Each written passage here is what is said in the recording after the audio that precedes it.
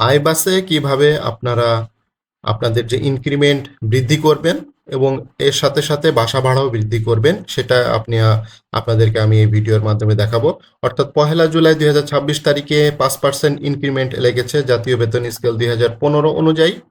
তো সেই অনুপাতে আপনার যে অফিসে যে সকল কর্মচারী আছে বা কর্মকর্তা আছে তাদের ইনক্রিমেন্টটা আপনি কিভাবে লাগাবেন, ঠিক আছে, সেই প্রসেসটা আমি আপনাদেরকে দেখাবো আইবাসে। তো এখানে বেতন চার্টটা দেখতে পাচ্ছেন 2015 সালের যে বেতন চার্ট, প্রত্যেকটা গ্রেডের একটা করে ধাপ বৃদ্ধি পাবে। তো আমি আজকে যেই ব্যক্তিরটা দেখাবো সেটা হচ্ছে 16তম গ্রেড। 16তম গ্রেডে তার বর্তমান বেসিক রয়েছে 13,780 টাকা। তো সেটা বেড়ে যাবে 14,770 টাকায় বেড়ে যাবে। এবং সেটা কিভাবে বাড়বে এবং কিভাবে তার বাসা ভাড়া বাড়বে সেই প্রসেসটাই আপনাদেরকে আমি এখন দেখাবো। তো আমি জাস্ট আইবাসটা লগ ইন করে নিচ্ছি, লগ ইন করে আপনাদেরকে আমি বিস্তারিত দেখাচ্ছি। তো এরকম একটা ইন্টারফেস আসবে, আপনারা অবশ্যই চলে যাবেন বাজেট এক্সিকিউশনে। পে অ্যান্ড অ্যাকাউন্টিং এ আপনাদের এখন কাজ নাই, তো বাজেট এক্সিকিউশনে আপনারা সরাসরি চলে যাবেন। এখানে যাওয়ার পরে যে জিনিসটা আপনারা করবেন, এখানে এই যে বাঁ দিকে এই বাজেট এক্সিকিউশন, এখানে আপনারা ক্লিক করবেন। এখানে যাওয়ার পরে আপনার এই মাস্টার ডাটা আছে, এই মাস্টার ডাটাতে ক্লিক করবেন। এখানে তারপরে আপনারা যে অপশনে যাবেন সেটা হচ্ছে এমপ্লয়ি স্যালারি ইনফরমেশন, এই অপশনটাতে আপনারা সরাসরি চলে যাবেন। ইনক্রিমেন্ট যুক্ত করার জন্য এখানে আপনাদের চলে যেতে হবে এবং এমপ্লয়ি টাইপ আপনারা এটা সিলেক্ট করবেন। যারা আর্মিতে আছে তারা আর্মিটা সিলেক্ট করবে এবং গভর্নমেন্ট অফ স্টাফ এটা সিলেক্ট করতে হবে।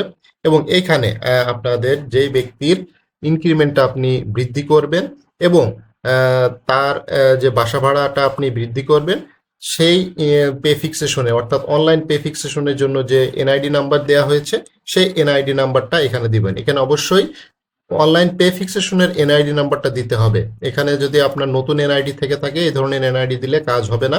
অবশ্যই অনলাইনে যখন পে ফিক্সেশন হয়েছে সেই এনআইডি নাম্বারটা অবশ্যই এখানে দিবেন।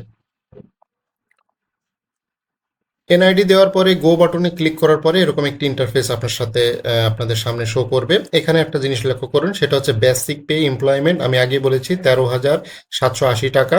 আমি আপনাদেরকে সেই পে স্কেলের চার্টটা দেখাচ্ছি যে 13,780, এই যে 16তম গ্রেড, সে এখন বর্তমানে আছে 13,780। এটাকে আমরা বৃদ্ধি করব 14,770-এ।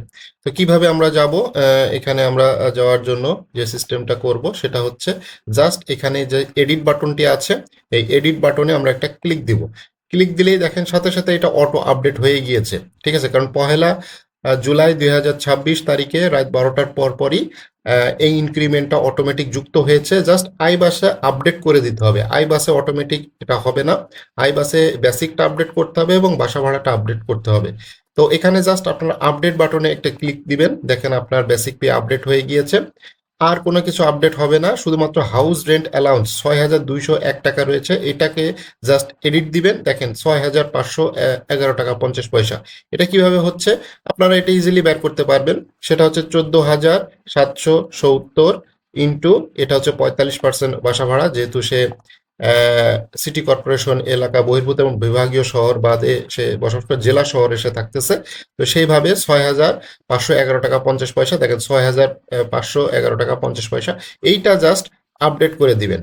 ব্যাস, আর কোনো কিছু করা লাগবে না। এডুকেশন অ্যালাউন্স আপনি চাইলে এডিট করে আপডেট দিতে পারেন, এটাও কোনো পরিবর্তন হবে না। টিফিন অ্যালাউন্স এডিট করে আপডেট করতে পারেন, এটাও কোনো পরিবর্তন হবে না।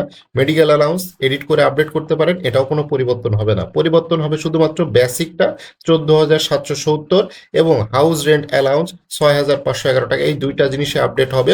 অবশ্যই এখানে আপনারা নেক্সট বাটনে যাবেন এবং নেক্সটে যেয়ে এখানে সেভ অ্যান্ড এক্সিট দিবেন, ইনফরমেশন সেভড সাকসেসফুলি। তো এটা আপনার যদি কনফার্ম হয়েছে কিনা সেটা যদি আবার চেক করতে চান, সেম প্রসেস। এখানে এমপ্লয়মেন্ট স্যালারি, এখানে এনআইডি নাম্বার দিবেন, গভর্নমেন্ট স্টাফ দিবেন, এখানে গো বাটনে ক্লিক করবেন। দেখবেন যে কিছুক্ষণের মধ্যে যে আপনি আপডেট যেটি করেছেন সেটি এখন দেখাবে। এই যে এখন তার বেসিক পে হয়ে গিয়েছে 14,470 টাকা এবং তার বাসা ভাড়া বেড়েছে 6,511 টাকা 50 পয়সা। এই দুইটাই শুধু পরিবর্তন হবে। এইভাবে মূলত আইবাসে প্রত্যেকটা কর্মচারী বা কর্মকর্তার এনআইডি দিয়ে আপনাদের ঢুকতে হবে। ঢুকে এইভাবে একটি একটি করে আপনাদেরকে পে ফিক্সেশনটা আপডেট করে নিতে হবে। অর্থাৎ এই যে এখানে যে নবম পে অষ্টম পে স্কেলে 2015 সালে যে গেজেট, এই চার্টটা অবশ্যই আপনি কপি হাতে রাখতে পারেন, দেখতে পারেন যে পরবর্তী ধাপ কোনটা, এইভাবে যার 15তম গ্রেড আছে, ঠিক আছে, যার 14তম গ্রেড আছে, এইভাবে যাদের যে গ্রেড আছে পরবর্তী ধাপ কোনটা সেটা আপনারা দেখে এইভাবে প্রত্যেকটা আপডেট করে অবশ্যই নেক্সট নেক্সট করে সেভ দিতে হবে। সেভ না দিলে কিন্তু আপনার এই যে অর্থাৎ জুলাই মাসে যে বেতনটা পাবেন আগস্ট মাসে, সেটা কিন্তু আপডেট হবে না। তবে এখানে একটা জিনিস লক্ষণীয়, যে যখন নবম পে স্কেলের গেজেট জারি হয়ে যাবে, এই ধরনের একটি গেজেট, সেই গেজেটে যখন এই ধরনের বেতন চার্ট থাকবে, তখন এইখানে কিন্তু বেশ কিছু কাজ রয়েছে।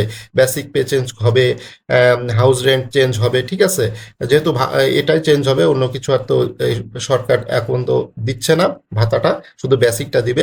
তো নবম পে স্কেলের ক্ষেত্রেও সেই একই প্রসেস, সেটা যখন হবে সেটাও আমরা ইনশাল্লাহ দেখানোর চেষ্টা করব। তা আপাতত আপনারা আইবাসে আজকের দিনে এই কাজটা করেন, সকল কর্মকর্তা কর্মচারীদের এনআইডি দিয়ে লগ ইন করবেন, লগ ইন করে এইভাবে একটি একটি করে আপনাকে আপডেট দিতে হবে।